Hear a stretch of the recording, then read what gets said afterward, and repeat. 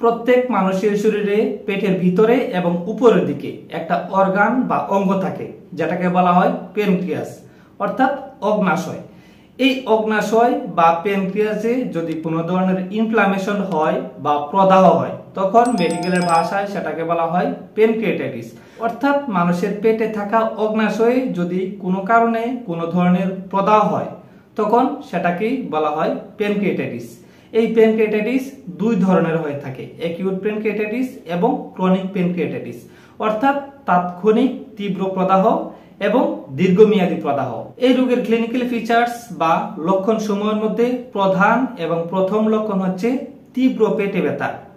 অর্থাৎ যাদের প্যানক্রিয়াটাইটিস হবে তাদের প্রচন্ড পেটে ব্যথা হবে এবং এই পেটে ব্যথার সাথে সাথে বমি হতে পারে বা বমির বেগ হতে পারে, জ্বর হতে পারে, শ্বাসকষ্ট হতে পারে বা পাতলা পায়খানাও হতে পারে। ব্যথার সাথে সাথে পেশেন্টের পালস রেট বা নাড়ির স্পন্দন অনেক বেড়ে যাবে এবং তার সাথে সাথে কোনো কোনো পেশেন্টের ক্ষেত্রে এই ব্যথা পেটের উপরের দিক থেকে পিছনের দিকে রেডিয়েট করতে পারে। এগুলোই হচ্ছে প্যানক্রিয়াটাইটিস রোগের লক্ষণ সমূহ।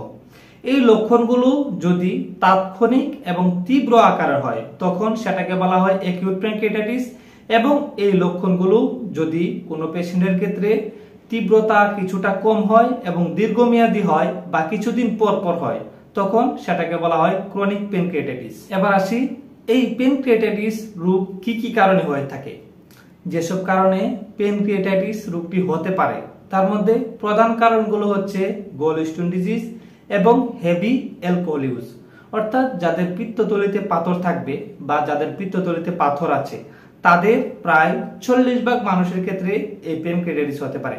এবং যারা অতিরিক্ত মদ্যপান করেন বা নিয়মিত মদ্যপান করার যাদের অভ্যাস আছে, তাদের প্রায় 25 থেকে 30% মানুষের ক্ষেত্রে এই প্যানক্রিয়াটাইটিস হতে পারে বা হয়ে থাকে। এছাড়াও আরো যেসব কারণে এই প্যানক্রিয়াটাইটিস হতে পারে তার মধ্যে হচ্ছে কেউ যদি পেটের মধ্যে বড় ধরনের কোনো আঘাত পায়, শরীরের হরমোনে যদি কোনো ধরনের গন্ডগোল থাকে, যদি কারো রক্তের ক্যালসিয়াম লেভেল এবং ট্রাইগ্লিসারাইড লেভেল অতিরিক্ত বেশি থাকে, এবং এর সাথে সাথে পোস্ট এমআরসিপি, বিভিন্ন ধরনের জেনেটিক ডিসঅর্ডারস, বিভিন্ন ধরনের অটো ইমিউন ডিসঅর্ডারস এবং অগ্নাশয়ে বিভিন্ন ধরনের জীবাণু সংক্রমণ, বিভিন্ন ধরনের ড্রাগ বা মেডিসিন রয়েছে যা খাওয়ার ফলেও এই প্যানক্রিয়াটাইটিস হতে পারে।